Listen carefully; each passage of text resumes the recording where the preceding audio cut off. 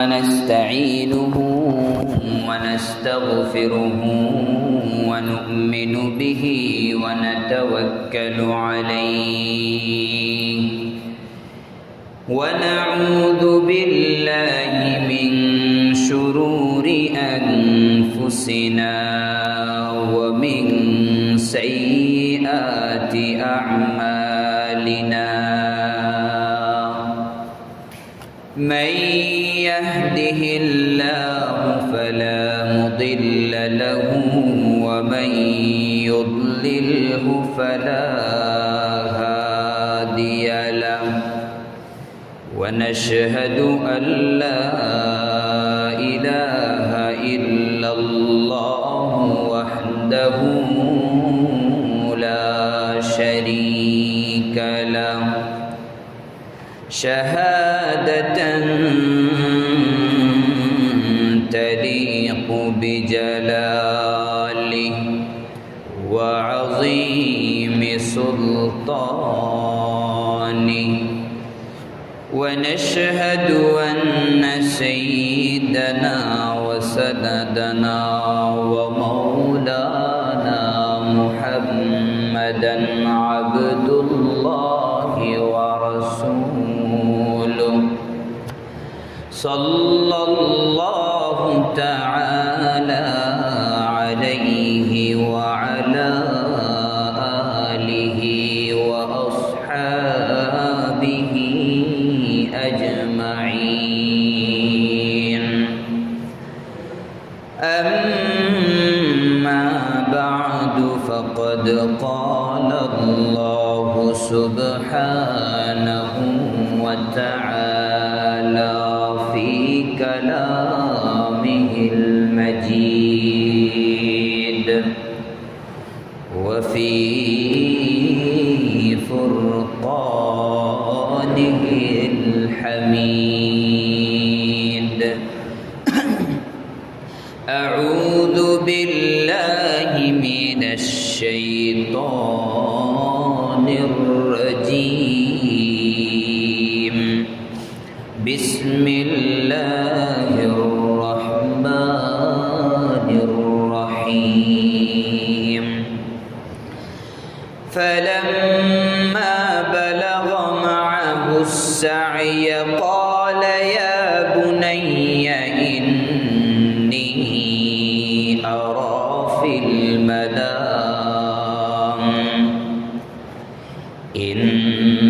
إني أرى في المنام أني أذبحك فانظر ماذا ترى قال يا أبت افعل ما تؤمر ستجدني إن شاء الله من الصابرين صدق الله مولانا العظيم وقال نبينا وإمامنا وقدوتنا صلى الله عليه وسلم أمرت بيوم الأضحى جعله الله عيدا لهذه الأمة أو كما قال النبي صلى الله عليه وسلم وصدق رسوله النبي الكريم ونحن على ذلك لمن الشاهدين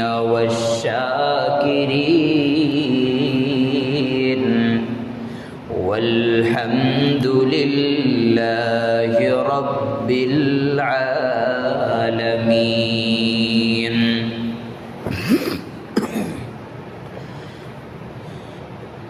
मोहब्बत में कर दिया बेटे को कुर्बानी, मोहब्बत में पिदर बेटे को कर देता है कुर्बानी,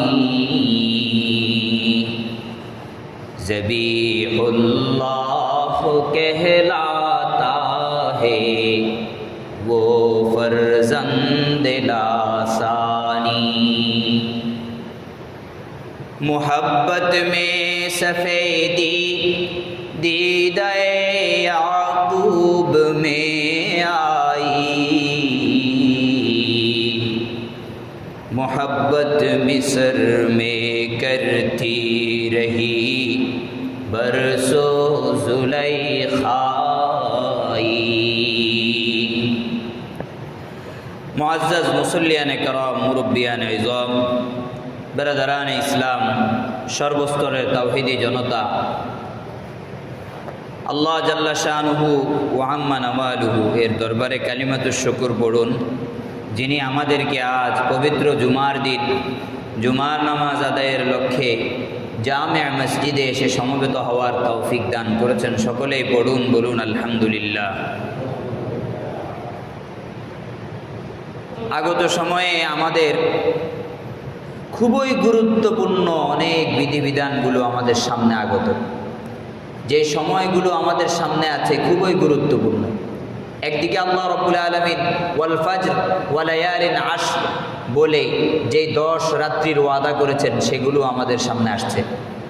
আরেকদিকে আমাদের মহত্বপূর্ণ প্রতি বছরের নিজেকে আত্মনিবেদিত প্রাণ হিসেবে আল্লাহর কাছে সমর্পিত করার লক্ষ্যে যেই আমল আমরা করে থাকি মহান কোরবানি, সে কোরবানিও সামনে।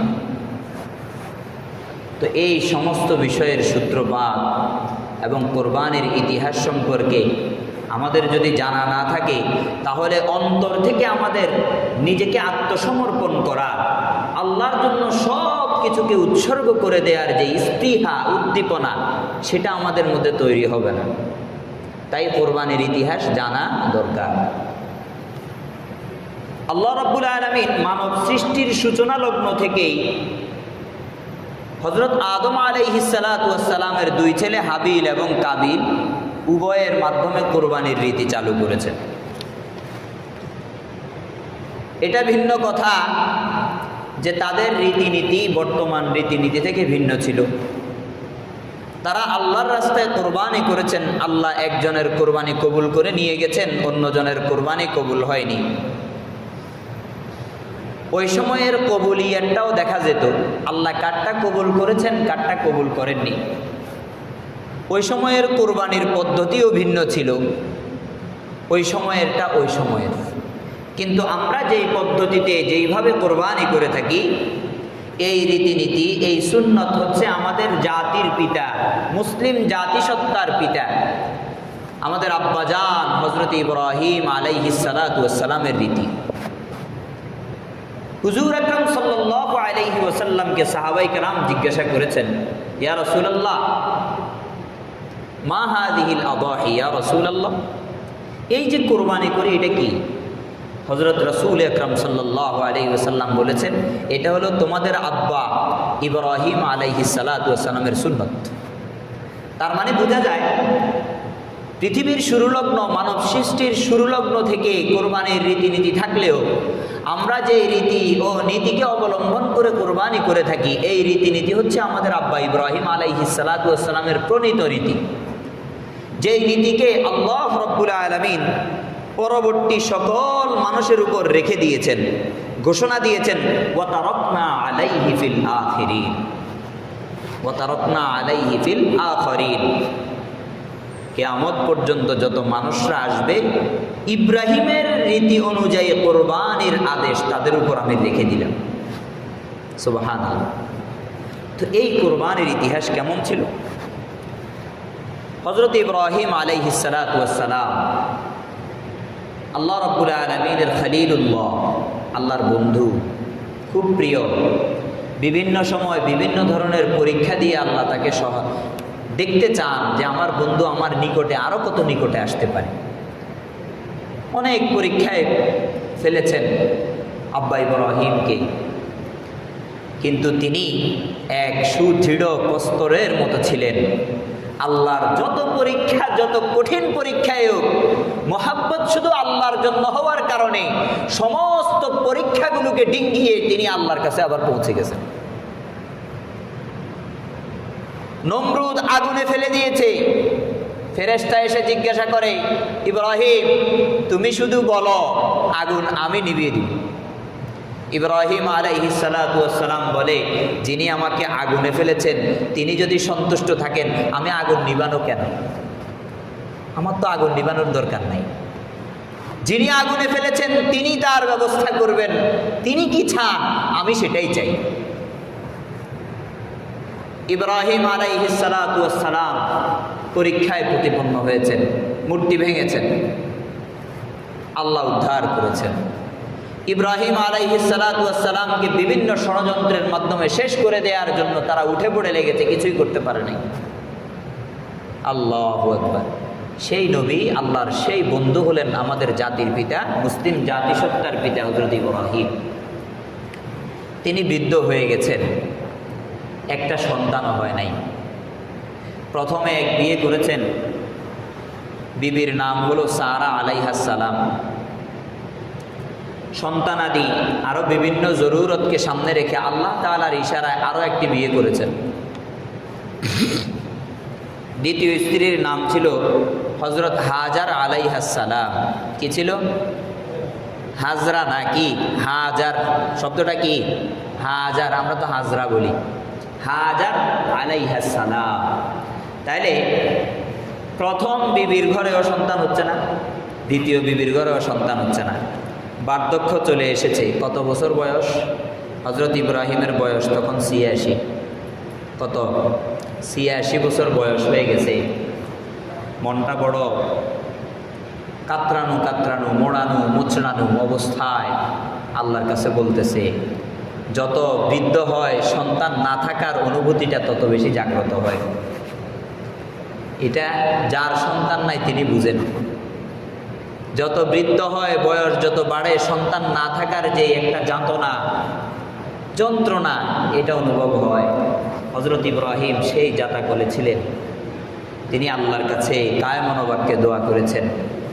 আল্লাহ রাব্বুল আলামিন সন্তানের দোয়া হযরত ইব্রাহিমের মুখ দিয়ে যা বের হয়েছে আমাদেরকে শিক্ষা দিচ্ছেন। সুবহানাল্লাহ। হযরত ইব্রাহিম সন্তানের জন্য মহান রব্বুল আলামিনের শরণাপন্ন হলেন।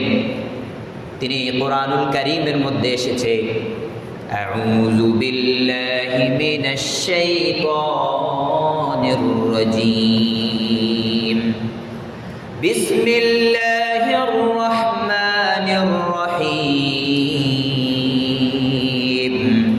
হযরত ইব্রাহিম আল্লাহর কাছে দোয়া করেন, রব্বি হাবলি মিনাস সালিহিন।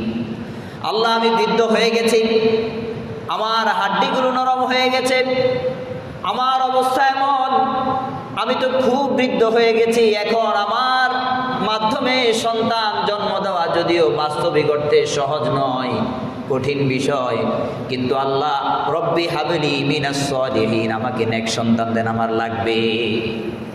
আমি তো জানি আপনি দিতে পারেন, সুতরাং আমি যতই অক্ষম হই, ও আল্লাহ আপনি তো তার চেয়ে অনেক অনেক গুণ বেশি সক্ষম। আমার কিসের চিন্তা? আমার সক্ষমতার অক্ষমতা দিয়ে তো আপনি আমাকে নেয়ামত দিবেন না।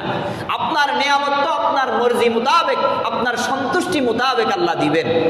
রব্বি হাবলি মিনাস সালিহিন। হযরত ইব্রাহিম বলে, আল্লাহ আপনি আমাকে নেক সন্তান দেন।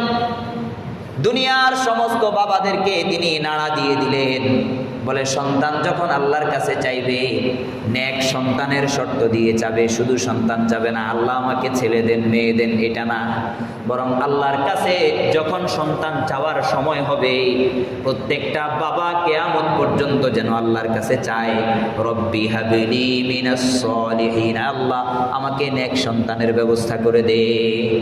সন্তান যদি নেক না হয়, সন্তান যদি বদ হয়, বদের হাড্ডি হয়, এই সন্তান দিয়ে আমার 2 টাকার কোনো লাভ দুনিয়াতেও নেই আখিরাতেও নেই। দুনিয়াতে সে আমাকে লাঞ্ছিত করবে, রাস্তার মোড়ে মোড়ে, বিভিন্ন কলকারখানা, বিভিন্ন দোকানে পাটে, বিভিন্ন আড্ডাখানায়, সব জায়গায় সে আমাকে লাঞ্ছিত করবে দুনিয়ার মধ্যে। আখিরাতে তার জন্য আমার মাথাটা নিচু হয়ে যাবে, কারণ তাকে তো আমি মানুষ সুশিক্ষায় শিক্ষিত করতে পারতেছি না। তো সন্তান যদি নেক না হয়, এই সন্তানের কোনো ফায়দা আছে? গর্ব করে আমি বলি আমার সন্তানকে আমি অমুক বানাইছি তমুক বানাইছি, কিন্তু ভাবার বিষয় আমার সন্তানকে আমি নেক বানাইতে পারছি কিনা। আমার সন্তান বড় অফিসার হয়ে গেছে, 2 নাম্বারই করে না, আল্লাহর ভয় তার অন্তরে আছে, 2 নাম্বারের সাথে সে জড়িত না, তাহলে সে নেক। সে নামাজ পড়ে, আল্লাহকে ভয় করে, রাসূলুল্লাহ যেইভাবে বলেছে সেইভাবে চলে। যদি এমন আমি আমার সন্তানকে লালন পালন করে দিতে পারি তাহলে আমি সফল বাবা। হযরত ইব্রাহিম দোয়া করলেন কি, রব্বি হাবলি মিনাস সলিহিন, আল্লাহ আমাকে নেক সন্তান দেন, আমার সন্তানের জরুরত আছে, তবে আল্লাহ নেক ছাড়া না, নেক সহ। কি সহ? আল্লাহ রাব্বুল আলামিন হযরত ইব্রাহিমের দোয়া কবুল করলেন, সুসংবাদ প্রদান করলেন। আল্লাহ বলেন ফাবাশশারনাহু বিগুলামিন হালিম। আল্লাহ আয়াতের পরের অংশে বলেন আমি ইব্রাহিমের এই দোয়া কবুল করেছি এবং তাকে সুসংবাদ দিয়েছি এক সহনশীল বালকে। বিগুলামিন হালিম বলে এমন এক সন্তান আমি তাকে দিয়েছি যার উপাধি হলো হালিম, বুরদবার, খুব সহনশীল, ঠান্ডা মাথায় সুন্দরভাবে সবকিছু গুছিয়ে নিতে পারে, এরকম একটা সন্তান আমি তাকে দিয়েছি। আল্লাহ রাব্বুল আলামিন এই প্রথম যখন সন্তান দান করেছেন হযরত ইব্রাহিমকে 86 বছর বয়সে, দ্বিতীয় স্ত্রীর গর্ভে, যার নাম হয়েছে হযরত ইসমাঈল আলাইহিস সালাতু ওয়াস সালাম, যাকে পরবর্তীতে আল্লাহ নবুয়ত দান করেছেন। তারপর আল্লাহ রাব্বুল আলামিনের লীলা খেলা দেখেন, আল্লাহ যদি সন্তান দিতে পারেন তবে 86 বছরেও দিতে পারেন, আল্লাহ যদি সন্তান দিতে চান তবে 100 বছরেও দিতে পারেন, যেমন হযরত ইব্রাহিমের দ্বিতীয় সন্তান। হযরত ইব্রাহিমের প্রথম স্ত্রীর ঘরে সন্তান নেই, দোয়া করেছে একটার জন্য। আল্লাহ রাব্বুল আলামিন পুরস্কার হিসেবে হযরত ইব্রাহিমের একের পর একের পরীক্ষাগুলো যখন উত্তীর্ণ হচ্ছিলেন, আল্লাহ রাব্বুল আলামিন প্রথম সন্তান যখন 86 বছর বয়সে দিয়ে দিয়েছেন, দ্বিতীয় সন্তানের জন্য আল্লাহ রাব্বুল আলামিন 100 বছর যখন হয়েছে, কোরআনুল কারীমের মধ্যে আয়াত আসছে, ফেরেশতারা সুসংবাদ নিয়ে এসেছে, বলে ইব্রাহিম আল্লাহ আপনাকে সন্তান দিতে চান প্রথমার ঘরে। কার ঘরে?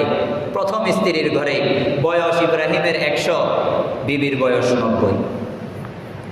বলে আপনাকে আল্লাহ রাব্বুল আলামিন প্রথমার ঘরেও সন্তান দিতে চান। বিবি আড়াল থেকে দাঁড়িয়ে দাঁড়িয়ে ফেরেশতাদের কথাগুলো শ্রবণ করে অট্টহাসি দিয়ে উঠল, বলে এটা কিভাবে সম্ভব, আমিও সক্ষম না, আমার স্বামীও সক্ষম না, আল্লাহ আমাকে কিভাবে সন্তান দিবে, আলামত কি, কিভাবে কি হবে? ফেরেশতারা বলে আল্লাহর জন্য এটা সহজ, আল্লাহ রাব্বুল আলামিন যদি চান, আল্লাহ রাব্বুল আলামিন 100 বছর নয় বরং বাবা ছাড়াও সন্তান জন্ম দিতে জানেন। হযরত ঈসা, কথা বুঝে আসছে? ফেরেশতারা বলে আল্লাহর জন্য এটা সহজ, এটাতে এত চিন্তা ভাবনার কিছু নেই। আয়াত নাজিল হলো কোরআনুল কারীমের মধ্যে। দ্বিতীয় সন্তান যখন ইব্রাহিমের বয়স 100 বছর, তখনকার সুসংবাদ আসছে, ওয়াবাশশারনাহু বিইসহাক নাবিয়্যাম মিনাস সলিহিন। বলে আমি ইব্রাহিমকে সুসংবাদ দিয়েছি ইসহাক নবীর মাধ্যমে, যাকে আমি সৎ কর্মপরায়ণশীলদের অন্তর্ভুক্ত একজন নবী হিসেবে কবুল করেছি। সুবহানাল্লাহ। চিন্তা করছেন কত বছর বয়স? বাবার বয়স 100 বছর, আম্মার বয়স 90 বছর, কিন্তু সন্তান আল্লাহ দিতে পারে। আল্লাহর কাছে কোনো কিছুর কমতি আছে? নেই। এটাই তো বিশ্বাস হয় না। এটাই তো বিশ্বাস হয় না। তাবিজ তোমারের পেছনে ঘুরি, পানি পড়ার পেছনে ঘুরি, অমুক হুজরা তমুক হুজরা, অমুক ডাক্তার তমুক ডাক্তার। আরে আমি ডাক্তারের শরণাপন্ন হব, আমার জিন্নাতের সমস্যা থাকলে তাবিজ তোমার দিয়ে সেটা চিকিৎসা করব, সব ঠিক আছে। এর আগে আল্লাহর কাছে চাইছেন নি? আল্লাহর কাছে এই কথাটা বলার দরকার ছিল না? রব্বি হাবিলি মিনাস সালিহিন, আল্লাহ আমাকে নেক সন্তান দেন। আল্লাহর কাছে চাইতে হবে আগে। কয় যে আমার সন্তান আমার কথা শুনে না। কথা শুনবে কেমনে? যখন সন্তানের জন্য দোয়া করছেন তখন রিজিক রুটিন নিয়ত করছেন, নেক সন্তানের নিয়ত করেন নাই। যদি নেক সন্তানের নিয়ত করতেন আজকে আপনার কথা মতোই আপনার ছেলে সন্তানরা চলতো। কথা কি বুঝে আসছে? বাবা মার দোয়া 1 নাম্বার সন্তানের ভালো হওয়ার জন্য সার্টিফিকেট বহন করে। সন্তান ভালো হবে এত সোজা জিনিস, আপনি চাইলে ভালো করে ফেলতে পারবেন। আল্লাহ যতক্ষণ না লিখে দেয়, তাহলে আগে মঞ্জুরি কোথায় থেকে করাতে হবে? আল্লাহর আরশ থেকে। ও আল্লাহ, আমার নেক সন্তান লাগবে, বদ সন্তান আমার লাগবে না। মঞ্জুরি ওখান থেকে যখন হয়ে যাবে, আপনি তখন অল্প চেষ্টা করলেও সে ভালো হয়ে যাবে। আর মঞ্জুরি যখন সেখান থেকে হবে না, আপনি যতই চেষ্টা করেন, যত কষ্টসাধ্য গ্রহণ করেন, জায়গা জমিন বিক্রয় করেন, সব কিছু বিক্রি করে দেন, সন্তানকে ভালো করতে পারবেন না। কারণ মঞ্জুরি সেখান থেকে হয় নাই, আল্লাহর পক্ষ থেকে মঞ্জুরি হয় নাই। আমি কি করব ভাই? আমি তো দুর্বল, আমি তো মানুষ। আল্লাহু আকবার। সন্তান যখন একে একে 2টা হয়ে গেল, 1 নাম্বার ইসমাঈল আলাইহিস সালাতু ওয়াস সালামকে আল্লাহ দান করেছেন। 2 নাম্বার 100 বছর বয়সে আল্লাহ রাব্বুল আলামিন হযরত ইসহাককে দান করেছেন। এখন সন্তান যখন ভূমিষ্ঠ হয় আল্লাহর শুকরিয়া আদায় করতে হয়। দেখেন আল্লাহর নবী কিভাবে আল্লাহর শুকরিয়া আদায় করে। হযরত ইব্রাহিম দোয়া ধরলেন, আল্লাহর কাছে প্রশংসা কৃতজ্ঞতা জ্ঞাপন করার জন্য ব্রত হলেন। তিনি বলেন, আলহামদুলিল্লাহিল্লাযী ওয়াহাবানি আলাল কিবারি ইসমাঈল ওয়া ইসহাক ইন্না রাব্বী লাসামিউদ দুআ। ওই সত্তার প্রশংসা সমস্ত, ওই সত্তার জন্য সকল প্রশংসা, যিনি আমাকে আমার বার্ধক্যে এসে প্রথমে ইসমাঈল দান করেছেন, তারপর ইসহাক দান করেছেন। 14 বছর আগে ইসমাঈলকে দান করার পর আবার 14 বছর পরে আমাকে ইসহাক দান করেছে। ইন্না রাব্বী লাসামিউদ দুআ। হযরত ইব্রাহিম বলে, নিশ্চয়ই আমার রব সবচাইতে বেশি শ্রবণকারী, দোয়াগুলোকে কবুল করেন। আমার রবের মতো দোয়া কবুলকারী, দোয়া শ্রবণকারী আর কেউ নাই। আল্লাহর প্রশংসা করে দিলেন, কৃতজ্ঞতা জ্ঞাপন করলেন। সমস্ত প্রশংসা আল্লাহ, যিনি আমাকে আমার বার্ধক্যে 86 বছর বয়সে ইসমাঈল, আমার বার্ধক্যের 100 বছর বয়সে গিয়ে ইসহাক দান করেছেন, তার প্রশংসা। আল্লাহু আকবার। হযরত ইব্রাহিমের প্রশংসা বাণী গেল। তাহলে কি বুঝলাম? আল্লাহর কাছে চাইলে মঞ্জুরি যদি হয়ে যায় বয়স ম্যাটার না, মঞ্জুরি যদি হয়ে যায় সক্ষমতা ম্যাটার না, মঞ্জুরি যদি হয়ে যায় নিজের আর্থিক সক্ষমতাও ম্যাটার না। কয় যে আমি মদিনায় যাব, মদিনায় যাওয়ার জন্য মঞ্জুরি যদি সেখান থেকে হয়ে যায়, আপনি রিক্সাওয়ালা হলেও মদিনায় যেতে পারবেন। টাকা পয়সা আপনাকে আল্লাহ ব্যবস্থা করে দিবে। সুবহানাল্লাহ। তারপর আসেন হযরত ইব্রাহিমের ছেলে, প্রথম পুত্র, সবার স্বপ্নের পুত্র না? আমাদের সংসারগুলোতেও প্রথম যখন সন্তানটা হয়, তাকে ঘিরে আমার কত স্বপ্ন, আপনার কত স্বপ্ন, কত শখে, কত আদরে। এই বাচ্চাটা যখন একটু ছোট থাকে আর একটু কথা বলতে পারে, আরও বেশি মায়া বেড়ে যায়। আবার পরিপূর্ণভাবে আব্বা ডাকতে পারে, লজেন্স চাইতে পারে, বিভিন্ন জিনিস চাইতে পারে, আরও বেশি মায়া বেড়ে যায়। যখন আব্বা আমাকে ওইটা এনে দাও তো, এনে দিছে, ওটা আরও বেশি মায়া বেড়ে যায় না? ধীরে ধীরে মায়াটা প্রবল হতে থাকে। একদিকে 86 বছর পর্যন্ত সন্তানের অপেক্ষা, 86 বছর পরে ইসমাঈল আলাইহিস সালাতু ওয়াস সালামকে আল্লাহ দান করেছেন।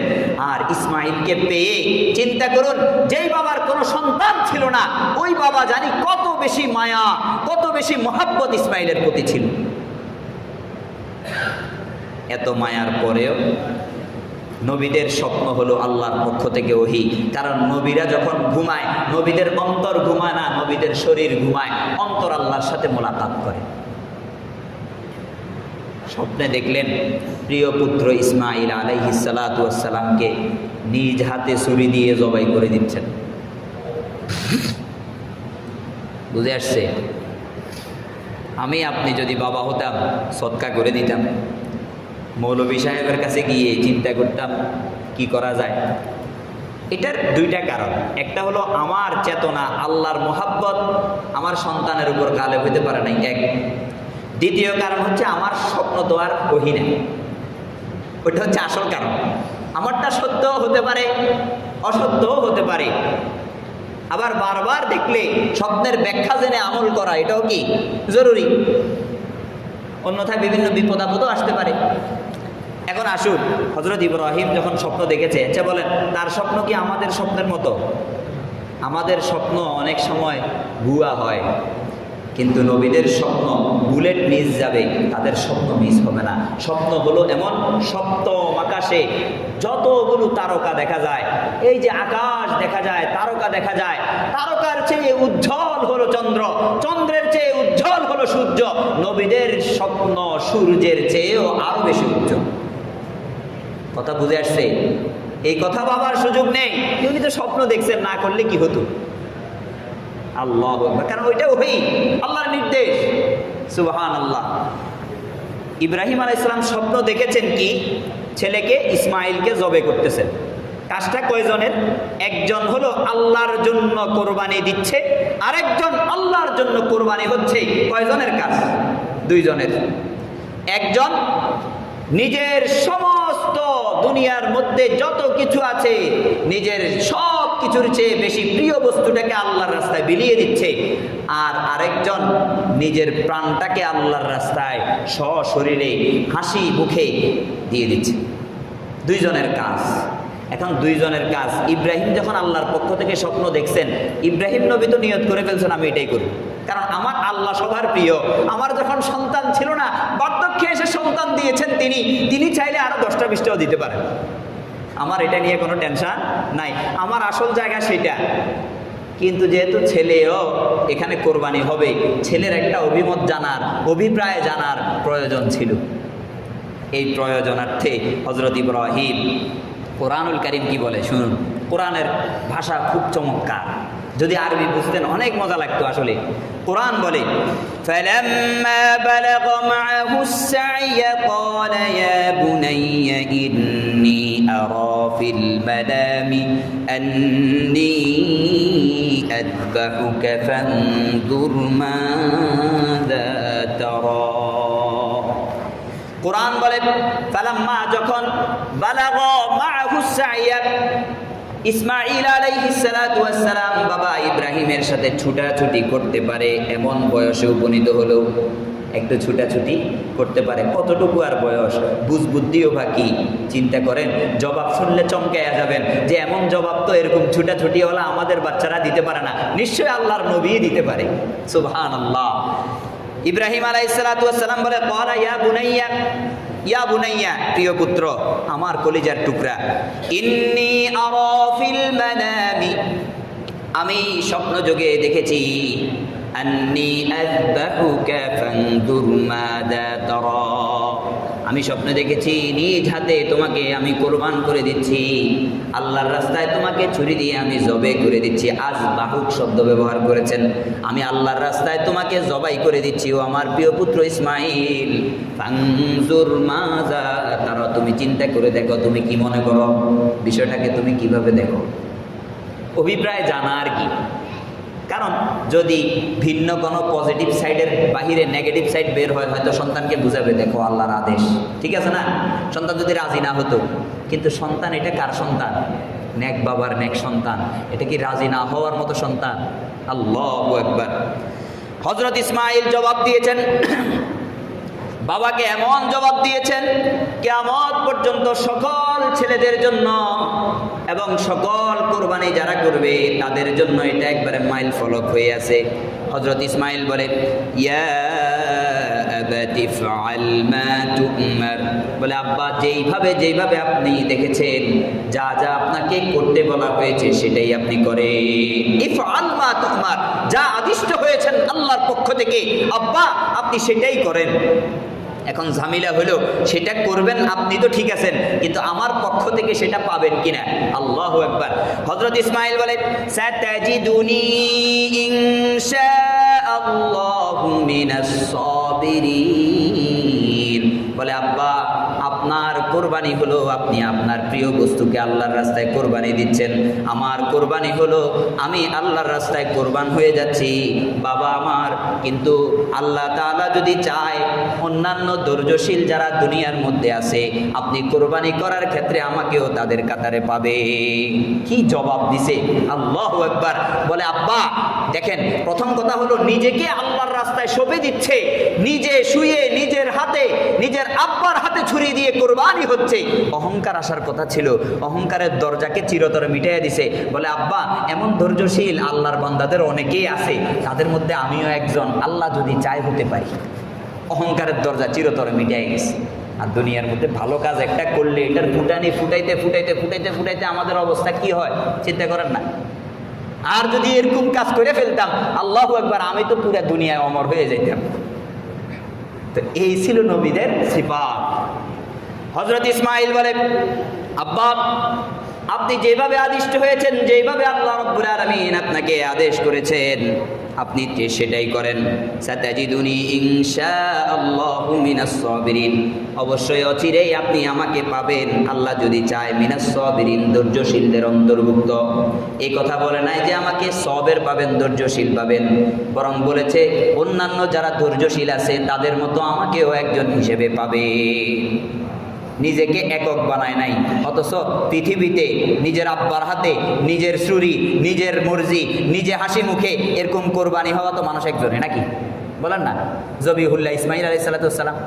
তাহলে এরকম মানুষ যে ছুরির নিচে এত বড় অহংকার তো করলে করতেও পারতো, বলতেও পারতো আমার চেয়ে বড় ধৈর্যশীল কেউ নাই। কিন্তু নবীর শিক্ষা বলে ধৈর্যশীলের অভাব নাই, তাদের মধ্যে আমিও একজন হব।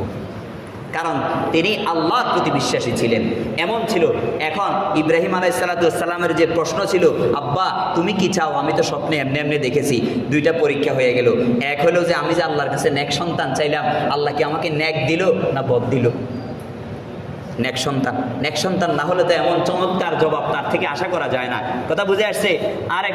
আরেকটা পরীক্ষা হলো ইসমাঈল আসলে কি চায়। দোনোটা হয়ে গেল, আলহামদুলিল্লাহ। এবার বাবা ছেলে উভয়ে আত্মসমর্পণ করলো আল্লাহর কাছে। ওই যে কোরবানির অর্থ কি? আত্মসমর্পণ করা। আমরা তো মনে করি কোরবানি মানে গোশত খাওয়া। আল্লাহ দেখেন কোরআনুল কারীমের অলঙ্কার শাস্ত্র, কোরআন কি বলে? কোরআন বলে ফালাম্মা আসলামা ওয়া তাল্লাহু লিল জাবিন। উভয়ে আত্মসমর্পণ করলো। ইব্রাহিম তার সবচাইতে প্রিয় বস্তুটিকে কোরবানি করার জন্য প্রস্তুত হয়ে গেল, আর ইসমাঈল তার নিজের প্রাণটা আল্লাহর রাস্তায় বিলিয়ে দিতে প্রস্তুত হয়ে গেল। আব্বাও প্রস্তুত, ছেলেও প্রস্তুত। একজন তার প্রিয় বস্তু কোরবানি করছে, আর একজন নিজের জানকে আল্লাহর রাস্তায় বিলিয়ে দিচ্ছে। উভয়ে যখন প্রস্তাব শুনে গ্রহণ করলো, ছেলে বাবা ছেলে উভয়ে যখন প্রস্তুত হয়ে গেল, আল্লাহ রাব্বুল আলামিন বলে তাদের পদ্ধতিটা দেখো। আল্লাহর জন্য যে তাদের মহাব্বত বেশি ছিল এটার প্রমাণ হলো ইসমাঈল আব্বাকে বলে, আব্বা গো আমাকে উপর করে শোয়ান। কি করে শোয়ান? উপর করে শোয়ান। কারণ আমার চেহারার দিকে তাকাইলে যদি আল্লাহর আদেশ পালন করতে কোনো ধরনের মায়া চলে আসে তাহলে ভেজাল আছে। ইসমাঈল আলাইহিস সালাম আব্বাকে বলে, আব্বা আমাকে উপর করে শোয়ান, আমার চেহারা যেন আপনার চেহারা ফেস টু ফেস না হয়। কারণ যদি এমনটা হয়ে যায়, আপনার যদি মায়া আসে আল্লাহর থেকে আমার প্রতি, তাহলে আপনি ধ্বংস। আপনার আল্লাহর কাছে অনেক কৈফিয়তের বিষয় আছে। আমার যদি মায়া চলে আসে, আব্বার জন্য যদি পরাণ পুড়ে আল্লাহর কথা যেন মনে না থাকে, তাহলে আমিও বিপদগ্রস্ত হয়ে যাব। আমাকে উপর করে শোয়ান, আমি আপনার চেহারা দেখব না, আপনি আমার চেহারা দেখার দরকার নাই। আল্লাহ বলে ফালাম্মা আসলামা ওয়া তাল্লাহু লিল জামিন। উভয়ে প্রস্তুত হয়ে গেল। আল্লাহু আকবার। হযরত ইসমাঈল আলাইহিস সালামকে উপর করে শোয়ানো হলো। যদিও জবাই করার সময় চিত হয়ে শোয়, কিন্তু তাকে উপর করে শোয়ানো হলো। তারপর দেখেন উভয়ের কোরবানি হয়ে গেছে। এটাই তো কোরবানি, আর কি? অন্তরের কোরবানি যখন হয়ে গেছে, এখন গলা কাটার দরকার আছে? বলেন না। অন্তরের কোরবানি হয়েছে কিনা বলেন না? অন্তরের কোরবানি আব্বারও হয়ে গেছে, অন্তরের কোরবানি ছেলেরও হয়ে গেছে। ছেলে প্রাণ আল্লাহর জন্য উৎসর্গ করে দিয়েছে মনে মনে। বাবা নিজের সবচাইতে ধন সম্পদের মধ্যে, ছেলে সন্তানদের মধ্যে সবচাইতে প্রিয় পুত্রকে আল্লাহর রাস্তায় কোরবানি করে দিয়েছে। অন্তরের যখন কোরবানি হয়ে গেছে, আল্লাহ রাব্বুল আলামিন কোরআনে বলেন, ওয়ানাদাইনাহু আইয়া ইব্রাহিম। আমি আড়াল থেকে আল্লাহ রাব্বুল আলামিন বলে, আমি ইব্রাহিমকে ডেকেছি, হে ইব্রাহিম বলে ডাক দিয়েছি, হে ইব্রাহিম থেমে যাও। অন্তরের কোরবানি হয়ে গেছে, আর অন্তরের কোরবানিটাই আমার কাছে পৌঁছে যায়। আমি যেহেতু কোরবানির হাদিয়া পেয়ে গেছি, এখন তুমি থেমে যাও, আর ছুরি চালাইও না, আর ছুরি চালানোর দরকার নাই। তাইলে আল্লাহর সন্তুষ্ট না হইলে ছুরি চালানোর অনুমতি তো দিতেও পারত, ঠিক আছে না? আল্লাহ সন্তুষ্ট হয়ে গেছেন। আল্লাহ দেখলেন যে বাবার অন্তরও 100 ভাগ পাস, ছেলের অন্তরও 100 ভাগ পাস। তো অন্তরের কাইফিয়ত এটাই তো আল্লাহ চান। আল্লাহু আকবার। আল্লাহ বলে, আমি ইব্রাহিমকে ডেকে বললাম থেমে যাও। কদ সাদ্দাকতার রুইয়া, তুমি যা স্বপ্ন দেখেছো সেটা সত্যায়ন করেছ, সেটাকে সত্যে পরিণত করেছ, তোমার স্বপ্ন সত্য হয়েছে। ইন্না কাযালিকা নাজিজিল মুহসিনিন। তারপর আল্লাহ বলে, কিয়ামত পর্যন্ত যারা নিজের আত্মাকে আমার জন্য কোরবানি করবে তারা হলো মুহসিন, তারা হলো সৎকর্মশীল, তাদেরকে আমি এইভাবেই প্রতিদান দিয়ে থাকি। এই চলে যায়, এখনোই মনে হয় মরে যাবে, হ্যাঁ এখনোই মনে হয় আমার সম্পদটা ধ্বংস হয়ে যাবে, কিন্তু আরো দ্বিগুণ হয়ে উঠেছে। ওই যে আল্লাহ দিছে ধ্বংস হয়ে যায়, কি এরকম আর কি। ওই আল্লাহর প্রতি আত্মা যখন আল্লাহর কাছে চলে গেছে, আল্লাহ বলে যে এইভাবে আমি মুহসিন যারা আছে, সৎকর্মশীল যারা আছে, তাদেরকে আমি এইভাবে প্রতিদান দিই। আল্লাহু আকবার। আল্লাহ রাব্বুল আলামিন বলে, ইব্রাহিম তুমি তোমার স্বপ্নকে সত্যে প্রতিপন্ন করেছ। ইন্না কাযালিকা নাজিজিল মুহসিনিন। তুমি যেহেতু সৎকর্ম করেছ, আর সৎকর্মকারীদেরকে আমি যেতেও বাঁচিয়ে দেই, তোমার সন্তানকে আমি নিব না। ইসমাইল বেঁচে গেল। এই কারণে হযরত ইসমাইলকে কি বলে? জবিহুল্লাহ বলে। কি বলে বলেন না? হযরত ইসমাইলের উপাধি কোরআনুল কারীমের মধ্যে 3টা আসছে। একটা হালিম, যেটা আল্লাহ বলছেন গুলামুল হালিম, ফাবাশশারনাহু বিগুলামিন হালিম, হ্যাঁ সহনশীল। তারপরে আরেক জায়গায় আসছে সবির। আল্লাহ রাব্বুল আলামিন এক জায়গায় বলছেন কুল্লুম মিনাস সাবিরিন। এখানে ইসমাইলেরও নাম আছে। ধৈর্যশীল ছিলেন কে? হযরত ইসমাইল। কারণ যেই ধৈর্যশীলতা প্রদর্শন করেছেন নিজের কুরবানির সময়, নিজের গলা কাটছে আর নিজে কি করতেছে? ধৈর্য ধরতেছে। কার জন্য? আল্লাহর জন্য। এই কারণে তিনি ধৈর্যশীল। আরেক জায়গায় হযরত ইসমাইলকে বলা হয়েছে সাদিকুল ওয়াদ। কি বলা হয়েছে? ওয়াদা, অঙ্গীকার পূরণকারী। কারণ হযরত ইসমাইল ইব্রাহিমের অঙ্গীকার যেটা আল্লাহর সাথে ছিল সেটা পূরণ করছেন কে? হযরত ইসমাইল। এই কারণে সাদিকুল ওয়াদ বলা হয় কাকে? আমাদের মুহাম্মদুর রাসূলুল্লাহ সাল্লাল্লাহু আলাইহি সাল্লাম যেই বংশ থেকে আসছেন, ইসমাইলি বংশ থেকে। সুবহানাল্লাহ। হযরত ইসমাইল আলাইহিস সালাতু ওয়াস সালামকে। তারপর আল্লাহ রাব্বুল আলামিন বলে, এই যে পরীক্ষাটা ছিল, এই বিশাল পরীক্ষা, এটা এত সহজ বিষয় ছিল না। একদিকে 86 বছর পর্যন্ত অপেক্ষা করার পর একটি সন্তান হলো। ওই সন্তানটা যখন একটু ছুটাছুটি করতে শিখলো, বাবাকে এটা সেটা এনে দিতে শিখলো, ওই সময় বাবার কাছে ওই সন্তানের কোরবানি চাওয়া এটা অনেক বড় পরীক্ষা ছিল। আল্লাহ বলে, ইন্না হাযা লাহুয়াল বালাউল মুবিন। বলে এটা অনেক বড় মহা পরীক্ষা ছিল, সুস্পষ্ট একটা পরীক্ষা ছিল। এই পরীক্ষাটা এত সহজ ছিল না। কিন্তু আল্লাহ রাব্বুল আলামিন হযরত ইসমাইলের মুক্তিও আল্লাহর প্রেরিত মহা পশুর কুরবানির মাধ্যমে, একটা মহান পশু জান্নাত থেকে আল্লাহ রাব্বুল আলামিন, হ্যাঁ মুফাসসিরিনে কেরাম দুম্বার কথা বলেছেন, এরকম দুম্বা প্রেরণ করে আল্লাহ রাব্বুল আলামিন হযরত ইসমাইলকে মুক্তিপণ দিয়েছেন। কোরআনুল কারীমের মধ্যে আল্লাহ বলেন, ওয়াফাদাইনাহু বিযিবহিন আযীম। বলে আমি হযরত ইসমাইলকে মুক্ত করেছি, হযরত ইসমাইলকে মুক্তিপণ দিয়েছি জান্নাতি এক মহা পশুর মাধ্যমে। কোরবানির একটা পশু তার স্থলে আমি যখন শুইয়ে দিলাম, তখন ইব্রাহিম সেই পশুটাকে কোরবানি করেছে। সেই পশুর রীতিনীতি এখন আমরাও কোরবানি করি। আল্লাহ রাব্বুল আলামিন তারপর বলে যে আমাদের যে কোরবানি, এটা যে ইব্রাহিমের কোরবানি, বুঝবো কিভাবে? বলে আল্লাহ বলেছেন, আল্লাহ বলে ওয়া তারাকনা আলাইহি ফিল আখিরিন।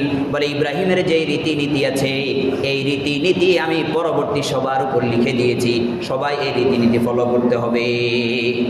আর ওই রীতিনীতিকে ফলো করার জন্য এই বড় মহা পরীক্ষার কারণে হযরত ইব্রাহিমকে পৃথিবীর সকল মানুষ কিয়ামত পর্যন্ত স্মরণ করবে।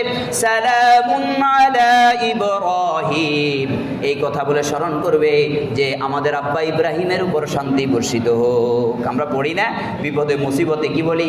সালামুন আলা ইব্রাহিম, সালামুন আলা ইব্রাহিম। কেন পড়ি? আব্বা ইব্রাহিমের বড় বড় কোরবানি, আব্বা ইব্রাহিমের বড় বড় পরীক্ষাগুলো আল্লাহর কাছে বেশি পছন্দ হয়েছেন। আল্লাহ রব্বুল আলামিন কিয়ামত পর্যন্ত তার উপর সালামের ব্যবস্থা করে দিয়েছেন। সুবহানাল্লাহ। আল্লাহ রব্বুল আলামিন ইব্রাহিম আলাইহিস সালাতু ওয়াস সালামের এই রীতিনীতি একবারে সবার উপর লিপিবদ্ধ করে দিয়েছেন। তার ওই পরিপ্রেক্ষিতে ইব্রাহিম আলাইহিস সালাতু ওয়াস সালামের বংশধর ইসমাঈলী বংশ থেকে আসা আমাদের সর্বশেষ নবী আকায়ে নামদার তাজদার মদিনা জনাবে মুহাম্মদ মুস্তাফা সাল্লাল্লাহু আলাইহি ওয়াসাল্লামের উপর আয়াত নাজিল করেছেন।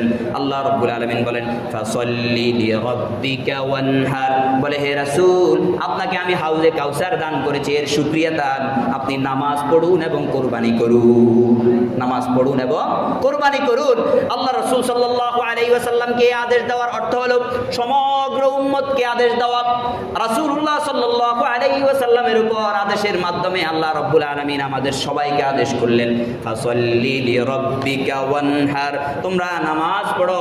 কোনো একটা জিনিস যখন আমাদের প্রাপ্তি হয়ে যাবে, কোনো একটা জিনিস যখন আল্লাহর পক্ষ থেকে আমরা পাবো, তখন সর্বপ্রথম কাজ হবে নামাজের মাধ্যমে আল্লাহর শুকরিয়া জ্ঞাপন করা, তারপর আল্লাহর রাস্তায় কোনো কিছুকে সদকা করার মাধ্যমে কোরবানি করা। কোনো একটা জিনিস আমার হাসিল হয়েছে, আমার সম্পদ, আমার মাল, আমার ইজ্জত, আমার যা, আমার বাচ্চা হয়েছে, আমি সর্বপ্রথম মহান রব্বুল ইজ্জতের কাছে নফল নামাজের মাধ্যমে, সালাতের মাধ্যমে শুকরিয়া জ্ঞাপন করব, বাচ্চার জন্য সদকা করব, আকিকা করব। কি করব? আকিকা করব। আকিকার নিয়ম নীতি জানিও না, আকিকার নিয়ম নীতি জানিও না, বয়ান হয়েছে এটা নিয়ে, আবারও বলবো ইনশাআল্লাহ। সপ্তম দিন, কোন দিন? সপ্তম দিন নাম রাখা এবং তার নামে মেয়ে হলে একটা ছাগল, ছেলে হলে 2টা ছাগল, অথবা শরীক দিলে আপনি আপনার মতো ওয়াসাত মোতাবেক বেশি দিতে পারবেন, এর চেয়ে কম দেওয়া যাবে না। কথা বুঝে আসছে? তো যাই হোক, এইভাবে আল্লাহ রব্বুল আলামিন শিখিয়ে দিয়েছেন ফাসাল্লি লিরাব্বিকা ওয়ানহার। কোনো একটা জিনিস যখন আমার অর্জিত হয়েছে, আমি সর্বপ্রথম নামাজের মাধ্যমে, তারপর আল্লাহর রাস্তায় সদকার মাধ্যমে, সদকায়ে জারিয়ার মাধ্যমে, কুরবানির মাধ্যমে আল্লাহর রাস্তায় নজরানা পেশ করব, শুকরিয়া জ্ঞাপন করব। রাসূলুল্লাহ সাল্লাল্লাহু আলাইহি ওয়াসাল্লাম ওই যে ইব্রাহিম আলাইহিস সালাতু ওয়াস সালামের যে রীতি, ওই রীতি অনুযায়ী রাসূলুল্লাহকে কুরবানি করার নির্দেশ দিয়েছেন কে? আল্লাহ রাব্বুল আলামিন। রাসূলুল্লাহ সাল্লাল্লাহু আলাইহি ওয়াসাল্লামের মাধ্যমে আমাদের সবাইকে নির্দেশ দেওয়া হয়েছে। হাদিস শরীফের মধ্যে আসছে, উমিরতু বিয়াউমিল আযহা জাআলাহু আল্লাহু ঈদান লিহাদিহিল উম্মাহ। রাসূলুল্লাহ সাল্লাল্লাহু আলাইহি ওয়াসাল্লাম বলে, ঈদুল আযহা এটা আল্লাহ রাব্বুল আলামিন আমাকে আদেশ করেছেন আমি যেন ঈদুল আযহা পালন করি। ঈদুল আযহা বলা হয় বকর ঈদ, অর্থাৎ কোরবানির ঈদ। যে ঈদের মধ্যে কোরবানি দেওয়া হয়, ওই কোরবানি ছাড়া ঈদুল আযহা থাকে না। আল্লাহ রাসূল সাল্লাল্লাহু আলাইহি ওয়াসাল্লাম বলে, আমাকে আল্লাহ রাব্বুল আলামিন ঈদুল আযহার আদেশ করেছেন। আল্লাহ রাব্বুল আলামিন এই দিনটিকে সমগ্র মুসলিম উম্মার জন্য ঈদ হিসেবে নির্ণীত করেছেন। আল্লাহু আকবার, আল্লাহু আকবার।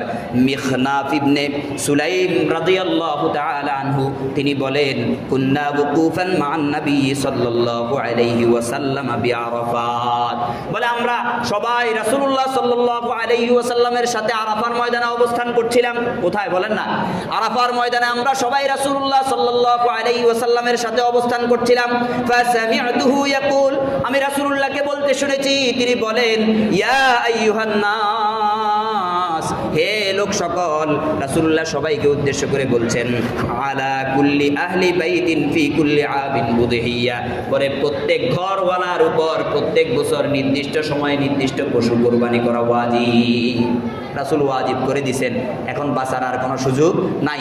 যার ওই সক্ষমতা আছে, সক্ষমতাটা কেমন, এই কথাটা আমরা মাসাইলের মধ্যে আলোচনা করব। এখন তো কি ইতিহাস আলোচনা করতেছি।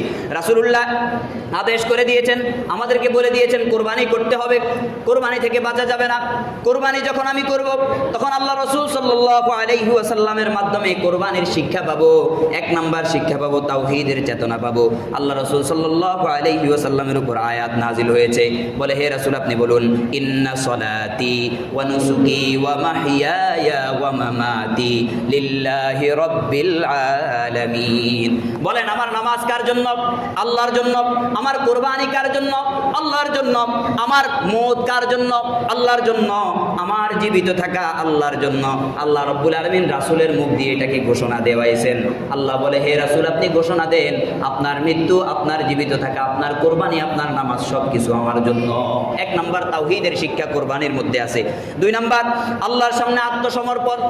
নিজের প্রিয় বস্তু 12,000 13,000 থেকে নিয়ে শুরু করে 20, 25, 1 লক্ষ 2 লক্ষ টাকার মতো এই যে মাল কত কষ্ট করে আমি কামিয়েছি, আমি কত কষ্ট করে রোজগার করেছি, কিন্তু এই রোজগারটা আমি আল্লাহর রাস্তায় যখন আত্মসমর্পণ করছি, আল্লাহ এই টাকা আসলে আপনি দিয়েছেন, আপনার রাস্তায় খরচ করতে আমার কোনো দ্বিধা নাই।